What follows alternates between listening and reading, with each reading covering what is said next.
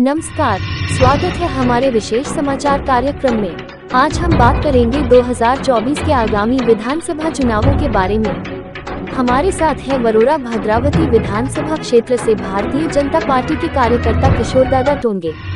उन्होंने हमें बताया कि मेरी हमेशा से यह इच्छा रही है कि वरोरा भद्रावती के हर नागरिक को बेहतर जीवन शैली मिले। मैं स्वास्थ्य, शिक्षा और रोजगार के क्षेत्र में सुधार के लिए काम करना चाहता हूँ। मेरी प्राथमिकता होगी कि गरीब और जरूरतमंद लोगों को उनकी जरूरत के अनुसार सुविधाएं मिले और हम सभी मिलकर एक सशक्त और विकसित समाज का निर्माण कर सके। और कहा, मुझे पूरा विश्वास है कि जनता ने मेरे कार्यों को देखा और सराहा है। मैंने हमेशा ईमानदारी और समर्पण के साथ उनकी सेवा की है। जनता का विश्वास और समर्थन मेरे लिए प्रेरणा का स्रोत है और इसी विश्वास के साथ मैं चुनावी मैदान में उतर रहा हूँ। आइए जानते हैं पूरी खबर विस्तार से। आपल्या सोबत आहे किशोर टोंगे, भारतीय जनता पार्टीचे आपण नेते आहात। आणखीन वरोरा भद्रावती विधानसभा क्षेत्रातून आपण संभावित उमेदवार आहात पार्टीचे। सर, आमच्या चॅनल्सतर्फे आपलं स्वागत। धन्यवाद। आम्ही तुमच्याकडनं जाणून घेऊ की आता हे पुढे विधानसभाची निवडणूक लागत आहे, कशा प्रकारचे आपले मोर्चे बांधणी आहे, काय आपले मुद्दे आहे, प्रेक्षकांना सांगा। येणारी जी 2024ची विधानसभाची निवडणूक आहे महाराष्ट्राची, वरोरा भद्रावती मतदारसंघ हा एक औद्योगिक मतदारसंघ आहे। याच्यामध्ये बरंच पोटेन्शियल आहे येणाऱ्या काळामध्ये। त्यामध्ये ते पोटेन्शियल आपण बघू शकतो की वरोरा भद्रावती क्षेत्रामध्ये जे काही उद्योग आहे ते शेतीवर आधारित जर उद्योग आपण निर्माण करू शकलो तर शेतकऱ्यांचं बरंच काही भलं होऊ शकतं।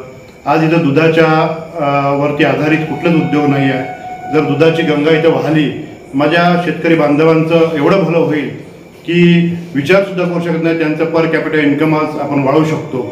प्रत्येक शेतकऱ्याचं विकासात्मक दृष्टिकोन ठेवणारा उमेदवार इथून जर लोकांनी निवडून दिला तर त्या उमेदवाराच्या माध्यमातून जर त्या उमेदवाराची दूरदृष्टी असेल तर 100% वरोरा भद्रावती विधानसभा क्षेत्रामध्ये एवढं पोटेन्शियल आहे की प्रत्येक माणसाला एक चांगला रोजगार मिळू शकतो आणि त्याचं जीवनमान उंचवू शकतो। आणि अशाच पद्धतीचं येणाऱ्या काळामध्ये मतदार जे सुज्ञ आहे आणि तो असाच विचार करेल आणि विकासात्मक दृष्टिकोन ठेवणाऱ्या उमेदवाराला ते निवडून देतील। अशा बरेचसे समस्या आहे, शेतकऱ्यांची आत्महत्या वाढलेली आहे या क्षेत्रात, त्यावर आपण काय भाष्य करणार? भारतीय जनता पार्टीचं एक चांगलं विजन आहे विकासात आहे, विदर्भाच्या विकासासाठी।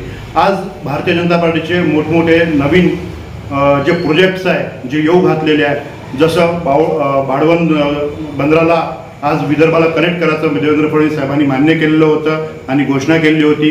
नळगंगा वैनगंगा प्रोजेक्ट आहे। या प्रोजेक्ट्समुळे काय होईल एकंदरीत की इथं उद्योगाला चालना मिळेल, इरिगेशनला चालना मिळेल। आणि जर इरिगेशनला जर चालना मिळाली, हे जे काय तुम्ही प्रश्न म्हटलेत आज शेतकऱ्याच्या आत्महत्येचे, हे प्रश्न सुटायला वेळ लागणार नाही। आणि इरिगेशन वाढलं तर आपोआपच शेतकऱ्याचं उत्पन्न वाढेल, जेणेकरून आणि उत्पन्न वाढल्यानंतर आणि इथे अजून प्रपोज्ड आहे की आपल्याला कृषी आधारित उद्योग, मी आत्ताच तुम्हाला सांगितलेलं होतं की कृषी आधारित उद्योग जर आपण इथं निर्माण केले तर आपल्या शेतकऱ्याचं भलं होईल आणि तिथून शेतकऱ्याचा विकास होईल आणि शेतकरी माझा समृद्ध होईल, यात काही शंका नाही। आणि हे फक्त आणि फक्त दूरदृष्टी असलेला नेता जो कोणी भारतीय जनता पार्टी ठरवेल तोच देऊ शकतो, असं माझं म्हणणं आहे। भारतीय जनता पार्टीच्या कुठल्याच कार्यकर्त्यामध्ये निराशा नाही आहे। चुकीचा प्रचार काँग्रेस पार्टी आणि महाविकास आघाडीतर्फे करण्यात आलेला होता।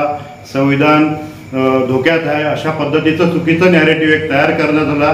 त्या नॅरेटिव्हमधला कुठेतरी लोक बळी पडले, पण तो नॅरेटिव्ह आता चालणार नाही। आणि कार्यकर्ते सगळे उत्साहित आहे आणि त्या उत्साहामध्ये परत एकदा जनतेला समजून येईल की आपण कोणाला मतदान केलं पाहिजे, विकासाचा दृष्टिकोन कोणामध्ये आहे, त्या पद्धतीनंच त्यांनी जनता मतदान करणार आहे। आणि यावेळेस भारतीय जनता पार्टीचा उमेदवार 100% वरोरा भद्रावती मतदारसंघातून विजय होईल।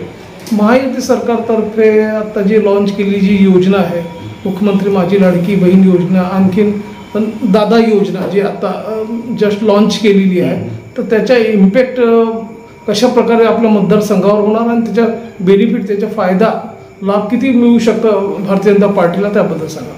महायुतीचे मुख्यमंत्री श्री एकनाथजी शिंदे साहेब आणि देवेंद्रजी फडणवीस साहेब यांच्या नेतृत्वामध्ये जी लाडकी बहीण योजना आज राबवल्या गेलेली आहे, त्यामुळे महिला सक्षमीकरणाचं काम चांगलं झालेलं आहे। आज ज्या महिलांना आर्थिक मदत मिळालेली आहे, त्या आर्थिक मदतीतून त्यांना एक चांगला चांगल्या पद्धतीचं एक त्यांचं घरामध्ये जे काही त्यांचा संघर्ष चालत असतो त्यामध्ये त्यांना उपयोग होणार आहे। दुसरं जी योजना लागू केलेली आहे लाडका भाऊ योजना, ज्याच्यामधून 12वी ITI आणि इंजिनिअरिंगचे ग्रॅज्युएशनचे जे विद्यार्थी आहेत त्या विद्यार्थ्यांना काम करता करता शिकता शिकता कसं काही काम मिळेल आणि त्यांचा कसा मोबदला मिळेल त्या कामाचा हे सरकारने बघितलं आणि त्यामुळे त्या विद्यार्थ्यांचा एक हौसला बुलंद होईल आणि तो चांगलं काम करून आपलं चांगलं करिअर एक स्किल ॲक्वायर करून चांगल्या पद्धतीने चांगल्या नोकरीवरती तो लागू शकतो। अशा पद्धतीची अरेंजमेंट सरकारतर्फे करून देण्यात आली आहे, त्यामुळे युवकांना आणि महिलांना दोघांनाही एक चांगला फायदा झालेला आहे। जे नवे मतदार जे आहे, आता मतदार यादीत पुष्कळ कमतरता आहे, काही घोळ आहे, नवीन नावं काही समाविष्ट झालेली नाही आहे, तर पक्षातर्फे कशा प्रकारचे आपण नोंदणी शिबिर राबवित आहे त्याबद्दल सांगा। पक्षातर्फे आम्ही गावागावात जाऊन त्याचे नोंदणी शिबिर राबवत आहोत। पक्षाचे कार्यकर्ते त्या बूथच्या लेवलला कोणाची नावं गळती झालेली आहे आणि कोणाची नावं चुकीची ॲड झालेली आहे त्याचं सगळं सर्वेक्षण चालू आहे आणि आम्ही जे यंत्रणा आहे, शासनाची यंत्रणा आहे, त्याला आम्ही मदत करण्याचा सर्वतोपरी प्रयत्न करतोय। भाजपातर्फे आपण एक संभावित उमेदवार म्हणून आपल्याला मानले जातात, तर मला सांगा किती गावात आपले दौरे झालेले आहे, काय स्थिती, काय जनसंपर्क कार्याची स्थिती त्याबद्दल सांगा। जवळपास सर्वच गावामध्ये माझे दौरे झालेले आहे आणि आत्ता लोकसभेच्या इलेक्शनमध्ये जवळपास मोर दॅन 200 गावांमध्ये मी प्रचार सभा आणि वेगवेगळ्या माध्यमातून पोहोचलो। जनतेशी माझा सतत संपर्क चालू आहे, रोज संपर्काचं अभियान माझं चालू आहे। जनते जर पार्टीनं आपल्याला तिकीट नाकारली कॉम्पिटिशनमुळे किंवा जास्त उमेदवार असल्यामुळे, पार्टीने जर आपल्याला तिकीट नाकारली तर आपली काय भूमिका राहणार? भारतीय जनता पक्षासोबत एकनिष्ठपणे काम करत राहणार।